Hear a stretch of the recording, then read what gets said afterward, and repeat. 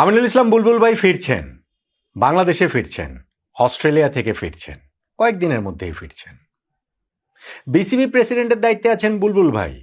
সেই পোস্টটা তো অবৈতনিক। বিসিবি প্রেসিডেন্ট হিসেবে কোনো বেতন তো আর তিনি পান না। আর যেহেতু তিনি বাংলাদেশ ক্রিকেট বোর্ড এই প্রতিষ্ঠানটার প্রধান, ফলে কখন তিনি অস্ট্রেলিয়া গেলেন, কখন তিনি বাংলাদেশে ফিরলেন, এই জন্য কারো কাছ থেকে তার অনুমতি নিতে হয় না, বা জবাবদিহিতারও কিছু আসলে নেই। এই কথা ইন্টারভিউতে বুলবুল ভাই নিজেই বলেছেন। সত্যি কথা। বুলবুল ভাই এইবার প্রায় মাসখানেকেরও বেশি সময় পর যে বাংলাদেশে ফিরছেন, ফিরে কিন্তু তাকে অনেকগুলা জবাবদিহিতার মুখে পড়তে হবে। বাংলাদেশের নতুন সরকারের নতুন ক্রীড়া প্রতিমন্ত্রী আমিনুল হকের সঙ্গে তিনি যে একটা মুখোমুখি অবস্থানে দাঁড়িয়ে গেছেন, ওই যে তদন্ত কমিটি নিয়ে পাল্টা একটা চিঠি যে তিনি দিয়েছেন, একক ক্ষমতা বলে যে দিয়েছেন, সেটা জবাবদিহিতার মুখে তাকে পড়তে হবে। বুলবুল ভাইকে দুইটা তদন্ত কমিটির জবাবদিহিতার মুখে পড়তে হবে।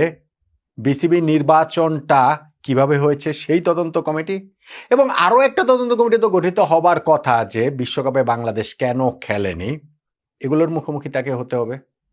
তাকে মুখোমুখি হতে হবে বিসিবির ইন্টারনাল যে বিভিন্ন ইস্যুজ রয়েছে, এবং সেইখান থেকে তার একজন বিসিবি পরিচালক আমজাদ হোসেন তিনি যে পদত্যাগ করেছেন, সেগুলো নিয়েও তার কলিগদের প্রশ্নের মুখোমুখি বুলবুল ভাইকে হতে হবে, হতে হবার কথা। সংগঠকদের প্রশ্নের মুখে তাকে পড়তে হবে, কোর্টের প্রশ্নের মুখেও তাকে পড়তে হতে পারে, ক্রিকেটারদের প্রশ্নের মুখেও আমিনুল ইসলাম বুলবুল ভাইকে পড়তে হবে। ফলে বুলবুল ভাইয়ের এইবারের ফেরাটা কিন্তু অন্যরকম। বিসিবি থেকে কখন তিনি বাংলাদেশে থাকলেন, কখন অস্ট্রেলিয়া গেলেন, সেইটা কি ম্যাটার করে না? অনেক কথা হয়েছে যে না ঠিক আছে, এখনকার পৃথিবীতে ওয়ার্ক ফ্রম হোম যদি হয় তাহলে ওয়ার্ক ফ্রম মেলবোর্নও আসলে হতে পারে। হ্যাঁ, হতে পারে, কিন্তু বাংলাদেশ ক্রিকেট বোর্ড প্রেসিডেন্টের পদটা কি এতটাই হালকা, এতটাই খেলো যে ধরেন 1.5 মাস ধরে বিসিবি প্রেসিডেন্ট অন্য দেশে থেকেও দায়িত্ব পালন করতে পারবেন? কাজ তো হয়েছে, বিসিবি তো আর বন্ধ হয়ে যায়নি, তো সেই কাজ তো সবসময় সব জায়গাতে হবে। ঠিক আছে, সেই জবাবদিহিতে তিনি না করলেন, কিন্তু এই যে এত এত জবাবদিহিতার কথাগুলো যে আমি বললাম, সেগুলো সামলে বুলবুল ভাই কি টিকতে পারবেন এই দফায়? বিসিবি প্রেসিডেন্ট হিসেবে 4 বছরের যে মেয়াদ, যে টেস্ট ম্যাচ খেলার স্বপ্ন তিনি দেখেছেন, সেই স্বপ্ন পূরণ কি হবে বাংলাদেশের প্রথম টেস্ট সেঞ্চুরিয়ানের? বুলবুল ভাই অনেকগুলা জায়গাতেই ঝামেলা পাকিয়ে রেখেছেন, এবং সেইখানটাতে তার যে স্বেচ্ছাচারিতা, তার যে একক সিদ্ধান্ত নেবার ব্যাপার স্যাপার, সেগুলো অনেক বড় হয়ে দেখা দিচ্ছে। সবচেয়ে বড় হয়ে দেখা দিচ্ছে বাংলাদেশের বাস্তবতায় যদি আপনি বলেন, তাহলে বুলবুলের ওই চিঠিটা বাংলাদেশ ক্রিকেট বোর্ড জাতীয় ক্রীড়া পরিষদের তদন্ত কমিটিকে চ্যালেঞ্জ করে যে একটা প্রেস রিলিজ পাঠিয়েছে সেটা, এবং জানা গেছে সেই প্রেস রিলিজটা বিসিবির কারোর সঙ্গে কনসাল্ট করে তিনি করেন নাই। অন্ততপক্ষে বিসিবির কোনো বোর্ড মিটিং, বিসিবির সভা মিনিটসের মধ্যে রয়েছে এরকম কোনো কিছু না। তিনি ওরকম একটা তদন্ত কমিটিকে চ্যালেঞ্জ করে এনএসসির একটা প্রেস রিলিজ দিয়ে দিলেন, এবং এক পরোক্ষ হুমকি দিয়ে দিলেন যে এইটা যদি ইলেকশন নিয়ে কোনো কথাবার্তা বলা হয়, তদন্ত করা হয়, বিসিবি যদি অন্য রকম, সরকার যদি এই তদন্ত কমিটি অন্য কোনো রকম কিছু ভাবে, তাহলে আইসিসি থেকে বাংলাদেশকে নিষিদ্ধ করে দেওয়া, এরকম পরোক্ষ হুমকি টুমকি তিনি দিয়েছেন।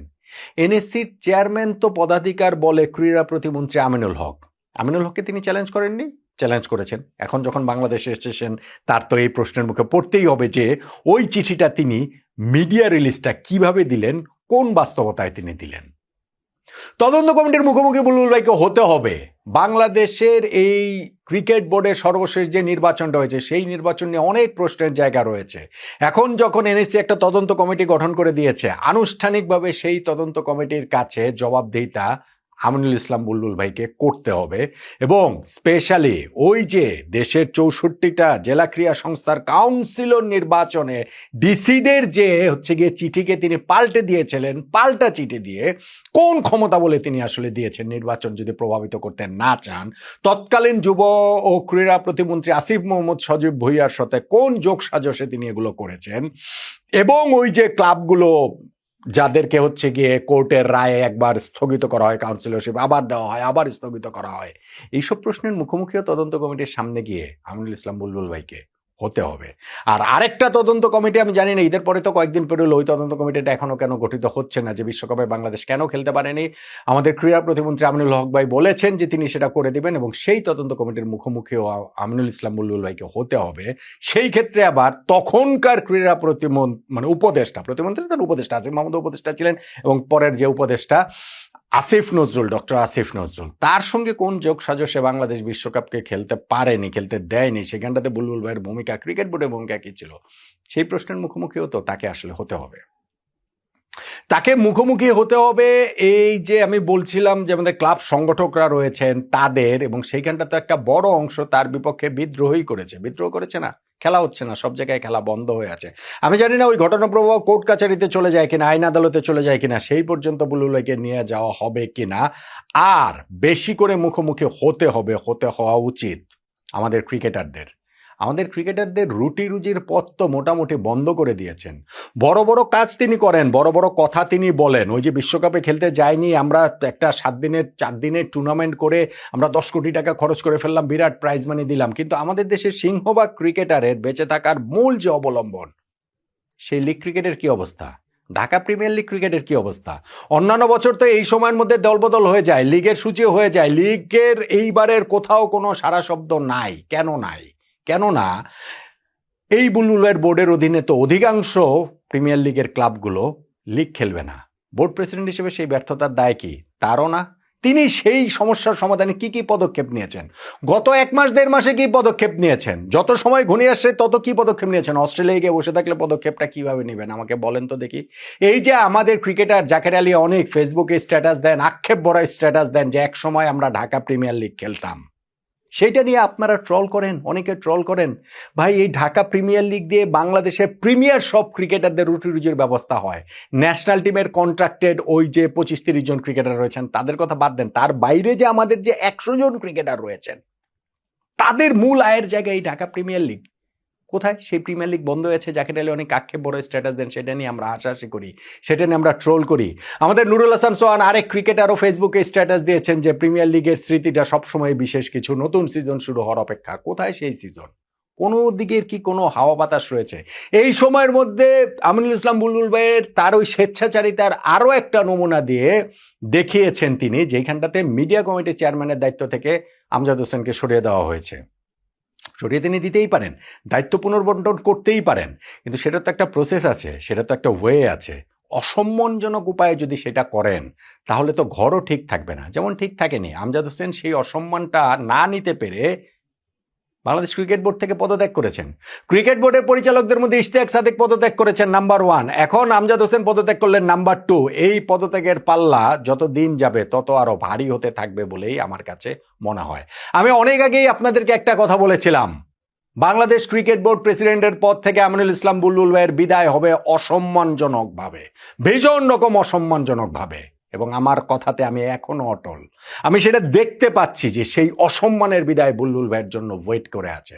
আমি বলেছিলাম যে এই 12ই ফেব্রুয়ারি নির্বাচনের ফল পরবর্তী সময়টাতে ক্রিকেট বোর্ডে যে 4 বছরের মেয়াদ, তারা 4 মাস কাটিয়েছিল, আর 4 মাস তারা কাটাতে পারবে না। এবং আমার এখনো সেটাই মনে হয় যে ওই 4 মাস সময় এই ক্রিকেট বোর্ডের হাতে আর নাই। এই ক্রিকেট বোর্ডকে ভেঙে ফেলা হবে, এই ক্রিকেট বোর্ডকে বিদায় নিতে হবে। কোনভাবে, কোন প্রক্রিয়ায় নিতে হবে সেইগুলো আমি জানি না, কিন্তু যেই নির্বাচনটা, প্রশ্নবিদ্ধ নির্বাচনটা তারা করেছিলেন, সেইটা করে পার পাওয়া যাবে বলে এখনকার সময় আমার কাছে মনে হয় না। এবং বিশ্বকাপটা বাংলাদেশ যেভাবে খেলতে পারেনি, সেইখান থেকেও বুলবুল ভাইয়ের দায় মুক্তির জায়গা আছে বলে আমার কাছে মনে হয় না। বুলবুল ভাই যখন বাংলাদেশ ক্রিকেটে এসেছিলেন তিনি এই যে যখন প্রথমবারের মতো গত বছর আসলেন, বলেছিলেন মুখে মুখে যে জমি বিক্রি করতে এসেছেন। জমি বিক্রি করতে এসে বাংলাদেশ ক্রিকেট বোর্ডের প্রেসিডেন্ট হয়ে গিয়েছিলেন, এবং তারপরে তিনি বলেছিলেন যে একটা কুইক T20 ইনিংস খেলতে চান, বিসিবির পরের নির্বাচনটা দিয়েই তিনি চলে যাবেন। যদি তিনি চলে যেতে পারতেন, বাংলাদেশ ক্রিকেটে তিনি স্মরণীয় হয়ে থাকতে পারতেন। লোভ সংবরণ করেছেন, ক্রিকেট বোর্ড প্রেসিডেন্টের মতো মর্যাদাপূর্ণ আসনটাতেও তিনি স্থায়ী হিসাবে গেড়ে যেতে চাননি। যা বলেছিলেন কথা রেখেছেন, নির্বাচন দিয়ে তিনি চলে গেছেন, কিন্তু তিনি তো সেটা করেননি। লোভের কাছে বরং আত্মসমর্পণ করেছেন। ক্রিকেট বোর্ড প্রেসিডেন্ট হিসাবে আরো 4 বছর থাকার লোভে তিনি সেই নির্বাচন করেছেন, এবং ওই নির্বাচনে তখনকার সরকারের সঙ্গে যোগ সাজসে অনেক নয়ছই তিনি করেছেন। এইবার তাই বুলবুল ভাই যখন ফিরছেন, ফেরাটা অন্যরকম হবে, এবং সেই ফেরাটা আমার কাছে মনে হয় চিরতরে চলে যাওয়ার জন্যই বুলবুল ভাইয়ের এই ফেরা কিনা। ওই প্রশ্নটা এখন ক্রমশ বড় থেকে আরো বড় হয়ে উঠছে।